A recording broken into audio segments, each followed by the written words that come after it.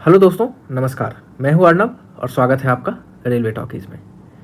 तो दोस्तों, रिसेंटली मैंने आपको एक वीडियो के जरिए लेटर दिखाया था ऑफिशियल, जिसमें कि 24 तारीख को पहली बार सरकार की तरफ से ये नोटिस आया है कि सारे ही unions as well as associations उनको ऑफिशियल मीटिंग के लिए स्लॉट दिया गया है। और ये जो है एट्थ पे कमीशन का ही एक प्रोसेस आप कह सकते हैं, जिसमें कि टीम जो है सारे ही states as well as union territory में विजिट करती है। तो इस पड़ाव में पहला जो नाम आया है वो देहरादून का है, जहाँ पे ये मीटिंग स्लॉट आउट हुई है 24 अप्रैल को, और सारे ही यूनियन एसोसिएशन को 10 तारीख तक अप्लाई करने का मौका दिया गया है अपनी स्लॉट बुकिंग के लिए। मगर फ्रेंड्स, आज का जो मेन मुद्दा हम लोग यहाँ पे लेके आए हैं वो है कि अब तक जो चलती आ रही थी मीटिंग एनसीजेसीएम की इंटर मीटिंग्स थी, इंट्रा मीटिंग जिसको आप कहते हैं, अंदर के सारे एसोसिएशंस में मीटिंग चलती थी। मगर पहली बार ऐसा हो रहा है कि सरकार के सामने इनको अपना मेमोरेंडम पेश करना है। तो इस पर ही जो जानकारी अभी प्राप्त हो रही है, हाल ही में रिसेंटली दिया गया एक इंटरव्यू है ऑल इंडिया एनपीएस कर्मचारी यूनियन के जो प्रेसिडेंट हैं श्री मंजीत कुमार पटेल जी, उन्होंने एक न्यूज़ चैनल को अपना इंटरव्यू दिया है और वहाँ पे उन्होंने ये चीज़ क्लियर किया है कि क्या रहेंगी मुख्य 6 फोकस एरियाज, 6 फोकस एरियाज क्या रहेंगे जहाँ पे सरकार के सामने जो डिमांड मेमोरेंडम में पेश किए जाने हैं। और ये मेमोरेंडम हर जगह जो है लगभग देखो स्टेट और यूनियन टेरिटरी के अकॉर्डिंग ये चीज़ वेरिएशन होता है, मगर जो ये 6 मुद्दे हैं ये लगभग हर जगह ही उठाए जाने वाले हैं। तो सबसे पहले चलिए दोस्तों, जो अपडेट्स आया है कि क्या मेमोरेंडम में रहने वाला है सरकार के सामने, उस पर हम लोग चर्चा करते हैं। तो यहाँ पे पहली बात जो निकल के आ रही है वो आ रही है equal rules for all employees and cadres. मतलब यह है दोस्तों कि जितने भी यूटीज़ हैं, जितने भी स्टेट हैं और सेंट्रल का जो अपना 8th पे कमीशन लगता है, तो ऐसा डिमांड है कि सारे ही union as well as states, हालांकि उनके पास अपनी ऑटोनोमस चॉइस होती है कि वो कब अप्लाई करेंगे, कब कर्मचारी को अपना पे कमीशन देंगे, थोड़ा लेट से और पहले दे सकते हैं वो, और अपने हिसाब से चेंज भी कर सकते हैं कुछ चीज़ों को।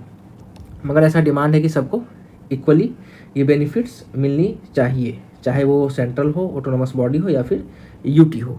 दूसरा दोस्तों, यहाँ पे सैलरी इंक्रीज को लेकर बात हो रही है कि सब्सटेंशियल मतलब कि ऐसा नहीं कि मतलब कि बस बेसिक डीए मिला के थोड़ा बहुत बढ़ जाए।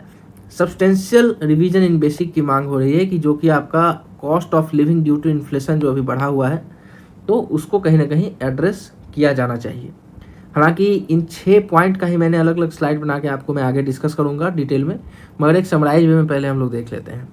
फिटमेंट फैक्टर में फिर से वही बात है कि यहाँ पे पहला तो मांग यही है कि 3 to 5 होना चाहिए फैमिली फैक्टर, और ये डिमांड हर जगह ही रखी जाएगी कि मेमोरेंडम में ये एकदम हैवी ये पेश भी किया जाएगा कि आपका जो फिटमेंट फैक्टर का पहला मोटो है कि फैमिली फैक्टर वहाँ पे 3 से 5 किया जाए, तो ऑटोमेटिक आपका फिटमेंट फैक्टर वहाँ पे बढ़ जाता है 60 to 65% से।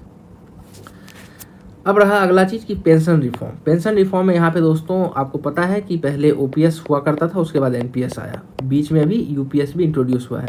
तो यूपीएस को लेके जो कुछ कमियां, जो कुछ ग्रीवांसेज हैं एम्प्लॉयज़ की तरफ से, उसको रखा जाएगा, जहाँ पे मेनली जो मुद्दा ये है कि एम्प्लॉयज़ का कंट्रीब्यूशन को लेकर जो डिमांड है कि कंट्रीब्यूशन को लौटा देना चाहिए, और आपका जो minimum service qualification for UPS है उसमें भी चेंज करने की मांग रखी गई है। वो हम लोग आगे डिटेल में भी दोस्तों देखेंगे।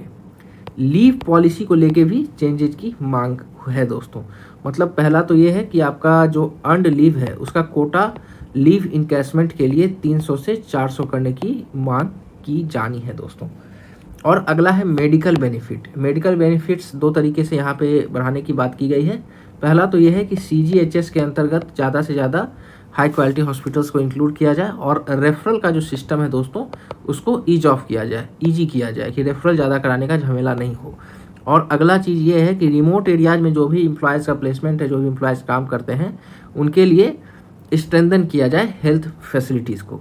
तो एक बार दोस्तों चलिए एक बार हम लोग डिटेल में देखते हैं कि आखिर जो अपडेट्स आया है AINPSEF के जो प्रेसिडेंट हैं श्री मंजीत सिंह पटेल जी के द्वारा, उसका एक बार डिटेल में विश्लेषण कर लेते हैं हम लोग। पहला तो है दोस्तों कि आपका फिटमेंट फैक्टर का कंपैरिजन 2.57 आपका 7 सीपीसी में था। अभी मैक्सिमम जो डिमांड यूनियन की तरफ से किया गया था वो 3.2 के लगभग था, 3.28 आप कह सकते हैं। मगर एक जो प्रैक्टिकलिटी में देखा जा रहा है कि यहाँ भी 2.8 2.8 से कम फिट एंड फैक्टर नहीं होना चाहिए, ऐसा डिमांड जरूर रखा जाएगा। अगर 2.8 से मल्टीप्लाई होता है तो फिर भी आपका 50,000 के लगभग मिनिमम बेसिक हो जाना तय है।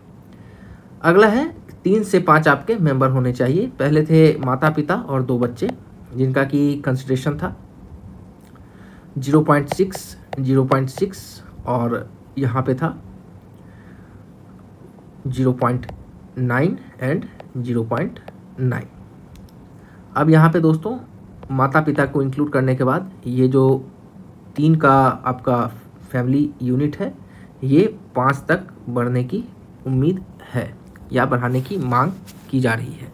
इससे क्या होगा दोस्तों, जो आपका मिनिमम बेसिक कैलकुलेशन होता है उसमें एक भारी चेंज आएगा और जिसके कारण आपका मिनिमम बेसिक जब बढ़ेगा तो फिट एंड फैक्टर ऑटोमेटिकली आपका इंक्रीज यहाँ से हो जाएगा दोस्तों।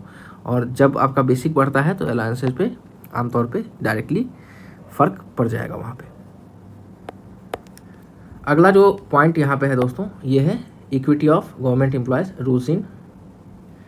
तो यहाँ पे देखिए इक्वल बेसिक पे की बात की गई है across UTs autonomous bodies and central ministries, uniform allowances, fair promotion chances, standardised recruitment, equitable service benefits and unified conduct rules. Conduct rules जो कहीं कहीं जैसे कि मान लीजिए किसी सेंट्रल का कंडक्ट रूल कुछ अलग है और कहीं स्टेट या यूटी में कंडक्ट रूल्स अलग चलता है, तो इसको भी यूनिफाई करने की मांग की गई है दोस्तों। अगला रहा आपका इंडियन पेंशन सिस्टम पे, जिसमें कि ओपीएस और एनपीएस पे यहाँ पे मोमेंडम में फुल कंपेरिजन करके भी दिखाया गया है, जिसमें कि आप जब देखोगे ओल्ड पेंशन स्कीम को तो वहाँ पे फिक्स्ड पेंशन होती थी, लास्ट बेसिक जो आपका होता था उसका हाफ प्लस डीए मिलता था। मगर वहीं एनपीएस में आपका मार्केट लिंक रिटर्न है, यहाँ पे रिटर्न ज़्यादा भी हो सकता है कम भी हो सकता है, आपका कॉर्पस ग्रो करते रहेगा। 60% कॉर्पस आप निकाल सकते हो लास्ट में और 40% को आपको एन्युटी में रखना पड़ता है और एन्युटी के तौर पे आपको पेंशन आगे की ज़िंदगी में मिलेगी। ये पेंशन बढ़ेगी नहीं, एन्युटी का जो रेट होगा उसी रेट से चलती रहेगी फिक्स पेंशन। अब इसी में बात है यूपीएस की। यूपीएस में दोस्तों ये हाइब्रिड मॉडल है जिसमें NPS as well as OPS दोनों की खूबियों को कंबाइन करने का प्रयास किया गया है। मगर यहाँ पे जो मेन कंसर्न आ रहा है और जो मुद्दा उठाया जाने वाला है मेमोरेंडम में वो ये है कि यूपीएस में जो आपके एम्प्लॉय का जो कंट्रीब्यूशन है वो वापस करने की मांग है। और दूसरा जो मिनिमम सर्विस एलिजिबिलिटी है यूपीएस के केस में, इसको भी कम करने की मांग की जाएगी दोस्तों। अगला अगर हम देखें फ्रेंड्स, ये है आपका चाइल्ड केयर लीव की बात करें या फिर फैमिली केयर या फिर पेरेंट लीव की आप बात करें, जो भी कहें, इसमें जो रिफॉर्म का पॉइंट रखा गया है वो है कि सिंगल मदर्स या फिर सिंगल पेरेंट्स को इंक्लूड जो किया जाता है इस केस में, इनके लिए ड्यूरेशन को इंक्लूड किया मतलब बढ़ाया जाए चाइल्ड केयर लीव के लिए। दूसरा पॉइंट ये है दोस्तों कि आपका जो लीव इनकैशमेंट का रूल है उसमें ईएल को 300 से कम 400 तक किया जाए फॉर लीव इनकैशमेंट एलिजिबिलिटी। ये सारे चीज़ जो है जैसे कि increased advance leave 28 days, teachers के लीव या फिर जेंडर इक्वलिटी, मतलब यहाँ पे जो मैंने सिंगल पेरेंट कहा जाए, मतलब कि सिंगल मदर हो या फादर, दोनों को इन्हेंस्ड बेनिफिट यहाँ पे मिलना चाहिए चाइल्ड केयर लीव का। अगला है दोस्तों हेल्थ केयर में जो भी गैप है उसको एड्रेस करने की मांग की गई है। जिनका भी मान लीजिए कि रिमोट एरियाज़ या आइलैंड में पोस्टिंग है उनको इन्हेंस्ड सीजीएचएस फैसिलिटी प्रोवाइड करने की मांग की गई है। अगला ये है कि आपका हॉस्पिटल नेटवर्क बढ़ाने की मांग है। टेलीमेडिसिन एज वेल एज जो प्राइवेट सुपर स्पेशलिटी हॉस्पिटल्स होते हैं उसको सीजीएचएस में ईजिली रेफरल करने की मांग की गई है यहाँ पे दोस्तों।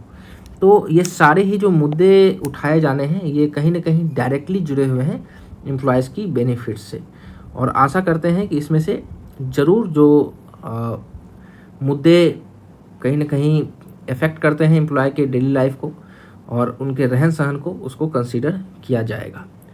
तो दोस्तों होप फॉर बेस्ट। हम लोग आगे फिर कोई भी अपडेट्स आता है मीटिंग से पहले या बाद मैं आपको यहीं पे अपडेट करता रहूँगा।